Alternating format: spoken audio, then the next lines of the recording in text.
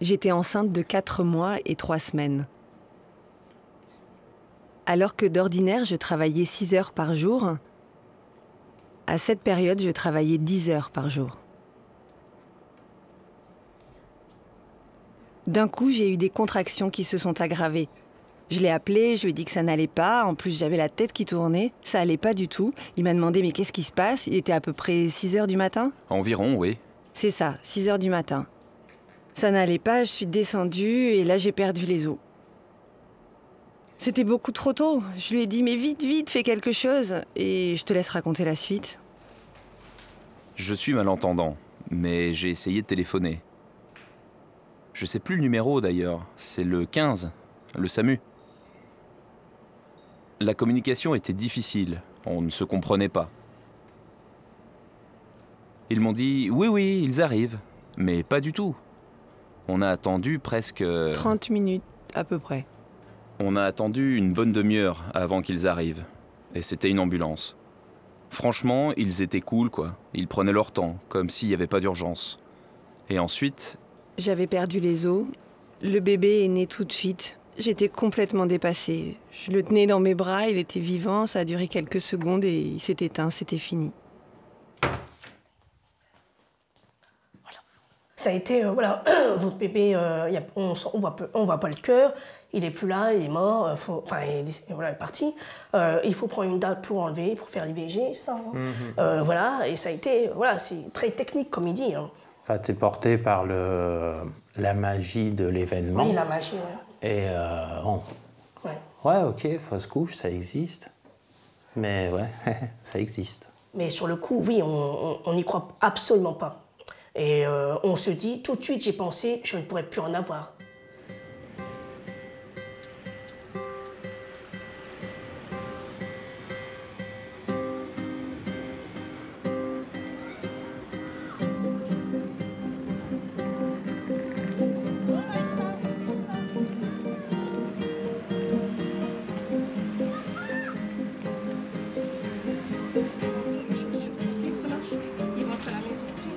Quand je suis allée au bloc pour faire l'IVG, j'étais consciente, hein, puisque c'était un matin, on m'a fait la perfusion, et là, bon, lui, il n'était pas là, évidemment, mais je me rappelle, il y avait deux, trois personnes, un monsieur et deux femmes, je crois, je ne me rappelle plus trop, mais qui étaient là pour me rassurer, qui étaient limite empathiques, je veux dire, entre guillemets, et moi, je pleurais, je disais, et je me rappelle très bien ça, je me rappelle, je leur ai dit, parce qu'ils m'ont mis la perfusion, et là, je leur ai dit, mais ça y est, il ne va plus être là, mon bébé. Bientôt, ça y est, vous allez l'enlever. Et là, ça a été... je crois que en fait, je me suis endormie en pleurant, je crois. Je sais plus, mais c'était... ouais, j'ai compris que là, mon bébé, bah, sans parler de papa, mais mon bébé, il serait plus dans mon ventre. Ça y est, je ne peux plus rien faire, en fait. C'est terminé.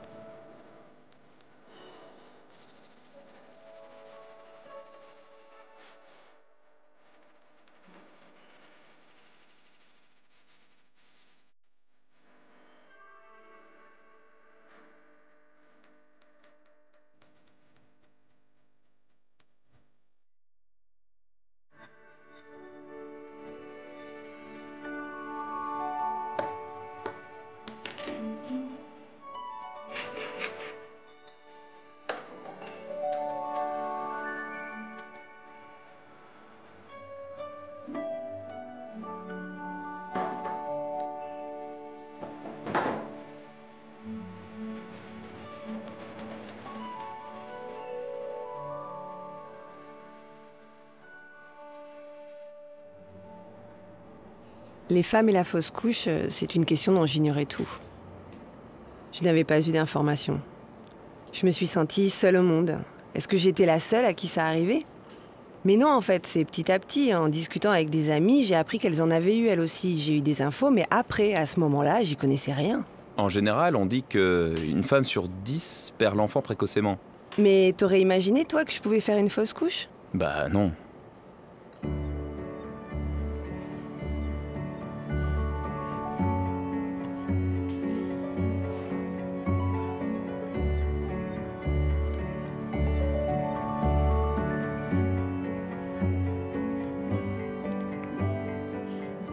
Alors, la famille, on l'a informée tout de suite, bien sûr. Et puis après, les collègues... comment dire, les collègues? Je leur ai envoyé un message, mais ils n'ont pas dû comprendre. Ils m'ont demandé quand je revenais travailler. Et ça m'a fait mal. J'ai renvoyé un message en leur disant « Mais j'ai fait une fausse couche. » Ah pardon, mais ce qu'on veut savoir, en fait, c'est quand est-ce que tu reviens travailler? Et j'ai pas répondu.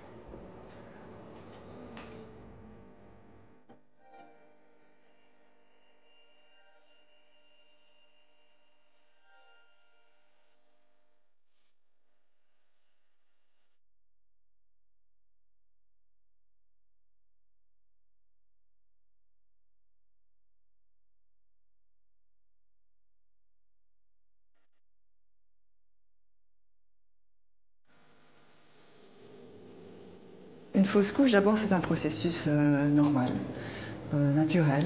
Énormément de femmes font des fausses couches. On estime qu'une femme sur 3 fait une fausse couche dans sa vie, en moyenne.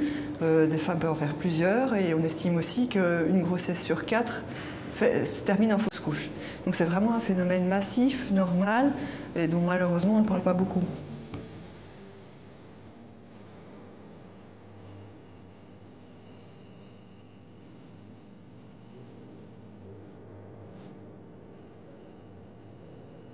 Nous sommes dans une société aujourd'hui où dès qu'il y a fausse couche, il y a médicalisation. On considère qu'il faut vider l'utérus le plus vite possible pour que la femme soit de nouveau opérationnelle pour réessayer. Et cette médicalisation est souvent inutile, donc dans l'écrasante majorité des cas, le corps est capable d'expulser lui-même une grossesse non évolutive. Après quelques jours, quelques semaines, voilà, une expulsion comme si c'était des règles en plus fort.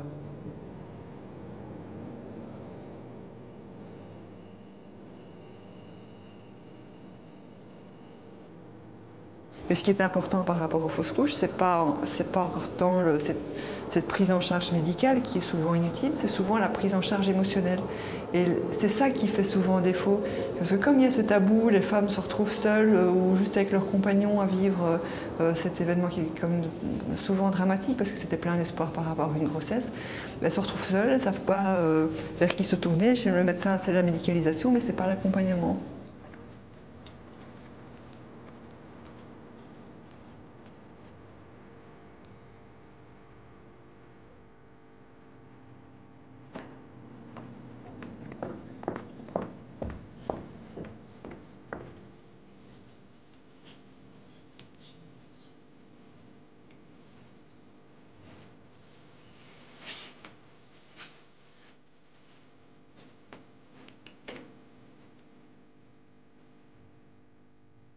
Les causes principales de fausses couches précoces, en fait, ça va être des anomalies chromosomiques dans un peu plus de la moitié des cas, où en fait, bien la nature fait entre guillemets bien les choses, puisque ce sont des embryons, enfin des conceptions qui ne pourraient aboutir à une grossesse évolutive et à un enfant viable après un accouchement. Pour les fausses couches tardives, c'est beaucoup plus rare et les causes, en fait, seront plutôt dues à des pathologies au niveau de la mère, au niveau en particulier du col de l'utérus. Les facteurs de risque de fausses couches du premier trimestre, il y en a quelques-uns qui sont connus. On sait que la consommation excessive de café peut favoriser la survenue de fausses couches. On sait aussi qu'un âge maternel élevé va augmenter l'incidence des fausses couches précoces. Pourquoi? Parce qu'on va avoir une augmentation des anomalies chromosomiques chez ces patientes. Autre chose qu'on dit un petit peu moins, c'est un âge paternel élevé de plus de 45 ans aussi peut entraîner des fausses couches précoces, un abus excessif d'alcool et de tabac aussi.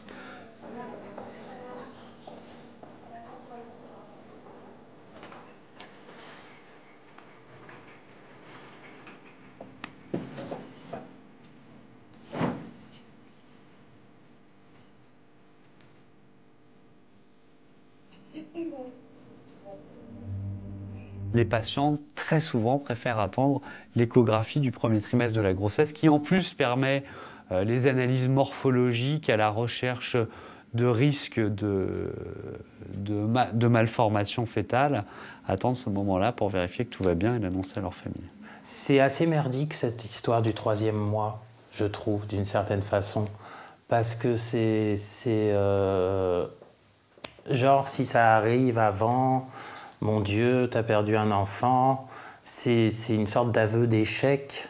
Et ça reste, c'est que la vie, quoi. Ce sont des choses qui arrivent. Mais bon, j'ai rien dit avant le 3e mois, je suis peinard.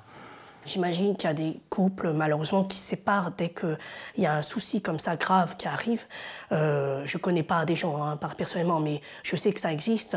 Et c'est vrai que nous, au lieu de se fâcher ou de plus espérer, non, on s'est dit on va...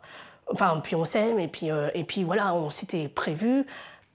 Ça marchera peut-être pas. Deuxième fois, ça marchera peut-être. Et là, ça a marché. On a 2 enfants aujourd'hui, il n'y a pas de problème.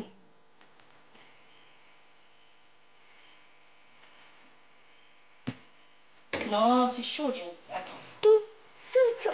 Ah bon, ta maman, elle en a pas? Non. Non. Tout pour Léo? Oui. Élève, comme ça, oui. Connaître. Dans l'autre sens. Mais vers ton front. Connaître. Non, vers ton front, voilà. Oui.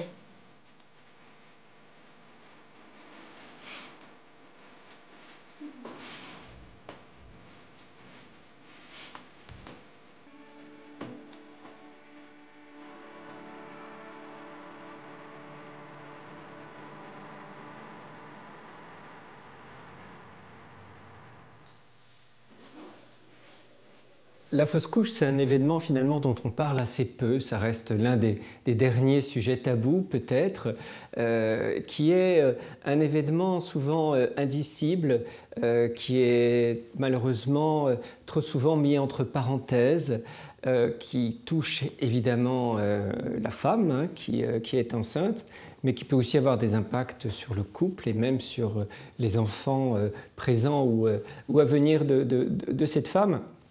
La fausse couche, évidemment, existe depuis la nuit des temps, mais on s'intéresse finalement assez peu à la douleur que ça représente et aux conséquences psychologiques à court terme, mais parfois à long terme sur la femme.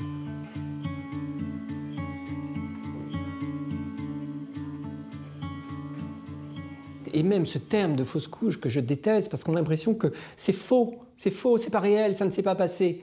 Et donc ça favorise aussi le silence. Donc le silence fait trop mal. Et donc non, il faut arrêter. Arrêtons d'associer les fausses couches au silence.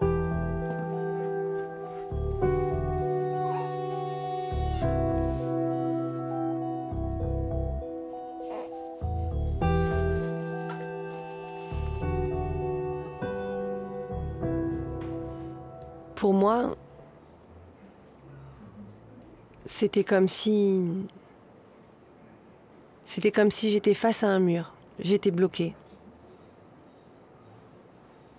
Je n'avais eu aucune réaction, je n'avais pas pleuré, je n'étais pas affectée. Non, j'étais sidérée, pétrifiée.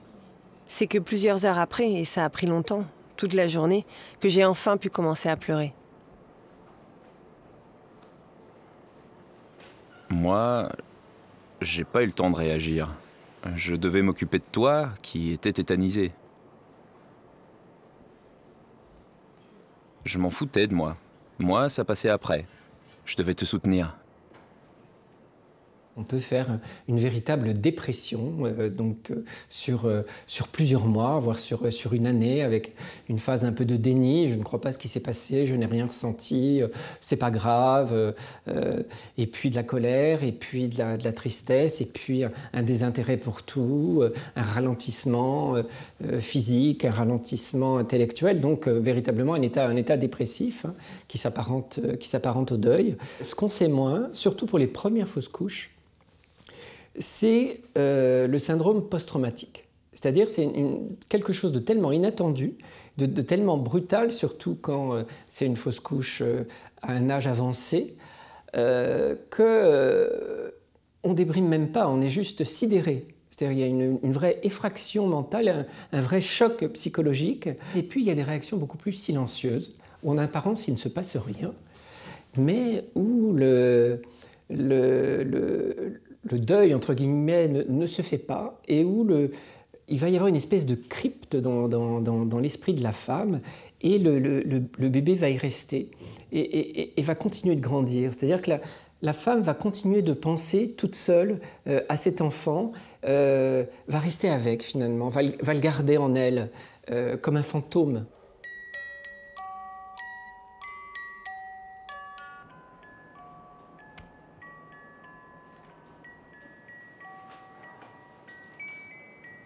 Pour moi, ça reste difficile parce que j'ai une amie que je vois de temps en temps et dont les 2 enfants ont l'âge qu'aurait mon premier fils. Les âges sont proches. Et je n'accepte pas. Quand je les vois, je l'imagine. C'est vrai, hein? C'est difficile. Je me dis, tiens, là, il aurait commencé à marcher. C'est encore difficile, je l'accepte pas. Il est toujours avec moi, le premier. Je le garde, il est toujours là. Ouais, toujours.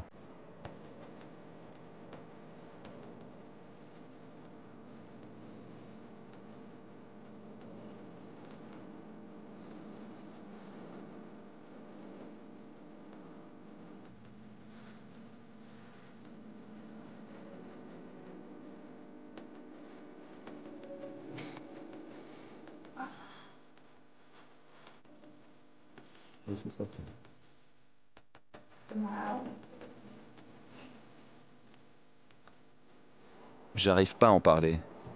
J'y arrive pas. Je garde ça au fond de moi. Je dois rester fort pour elle. C'est lui qui a tout fait. Franchement, je lui tire mon chapeau. Il a été partout, il s'est occupé des papiers, des démarches administratives, il est allé à la mairie pour que ce soit inscrit dans le livret de famille, il a organisé les obsèques. Mais il n'avait pas encore pleuré. Évidemment, on ne peut pas arriver en pleurs dans les administrations, mais quand il est revenu, c'était dur pour lui d'exprimer ses sentiments, et ça l'est encore. Moi, l'administration, les papiers, je n'aurais pas pu, je pleurais tout le temps. C'est normal.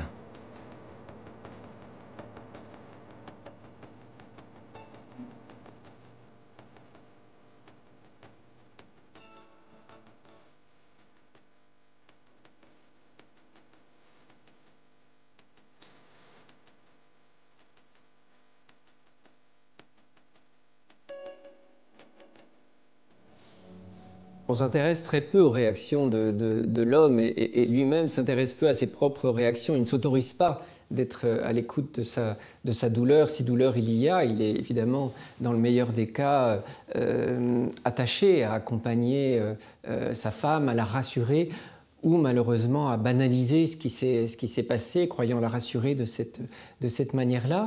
Mais aujourd'hui, les hommes sont de plus en plus investis aussi précocement dans la grossesse, encore une fois, du fait de la programmation des naissances, du fait de la visualisation des fœtus et des embryons par l'échographie. Ça n'est plus seulement une affaire de femmes, et puis on les pousse à s'impliquer, hein.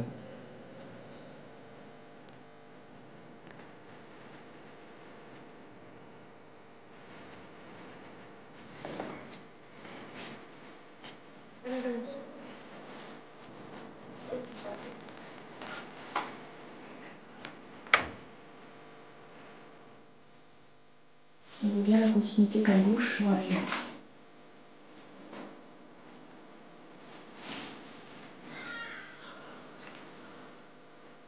Donc que se passe-t-il par rapport aux fausses couches plus tardives, donc à partir de 4, 5, 6 mois de grossesse, où là c'est plus juste des membranes qui sont éjectées, mais c'est un petit fœtus. Donc que fait-on de ce fœtus?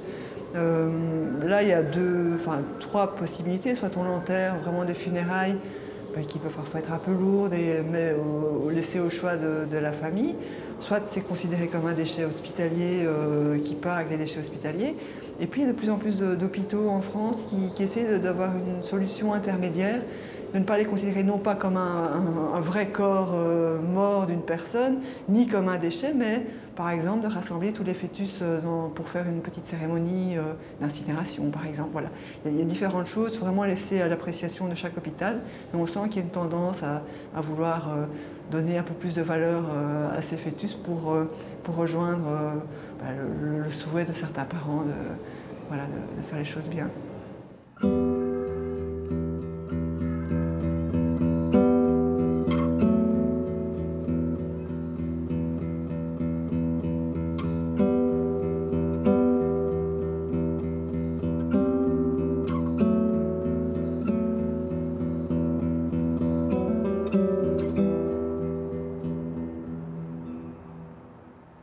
Heureusement, les choses ont évolué. En 2002, déjà, le législateur en France a permis qu'on inscrive sur l'état civil les bébés, entre guillemets, morts-nés après 5 mois de grossesse. Et grâce au travail des associations, le législateur est allé plus loin. Et à partir de 2008, on a pu inscrire sur l'état civil l'existence de fœtus après 16 semaines qui ne sont pas devenus des bébés. Donc il y a une reconnaissance sociale possible et puis du coup on a pu enterrer aussi les fœtus.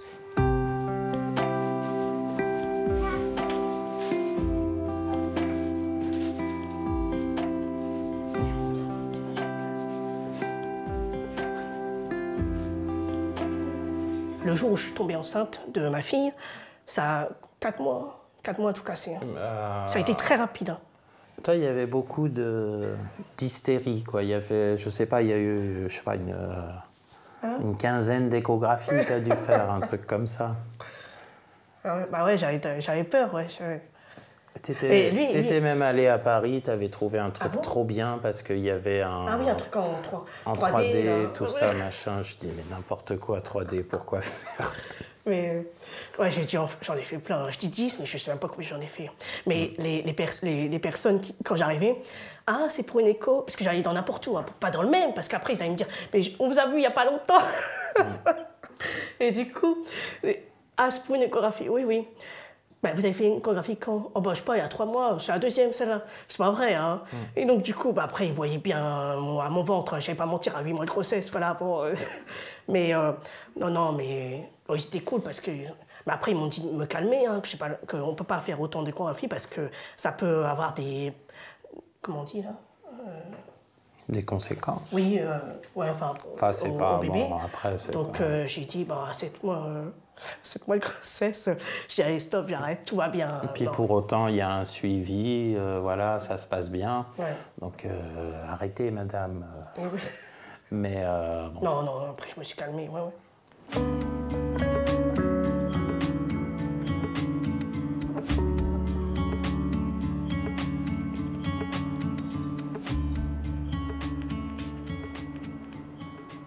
Alors à ma deuxième grossesse, je n'étais pas inquiète, au contraire, j'étais contente. C'est arrivé vite, hein. Je pensais que ça prendrait plusieurs mois et pas du tout. C'est sûr qu'on comptait les semaines tous les deux. Quand on est arrivé à 4 mois et 3 semaines, là, il y a eu de l'inquiétude. Mais je me suis imposé du repos, j'avais peur de refaire une fausse couche. Alors je me suis surveillée, reposée, et quand on a dépassé cette date fatidique, j'étais soulagée, rassurée. Et j'ai eu confiance jusqu'au bout. Moi, j'étais très inquiet. J'étais pas du tout rassuré. C'est seulement à sa naissance que j'ai soufflé.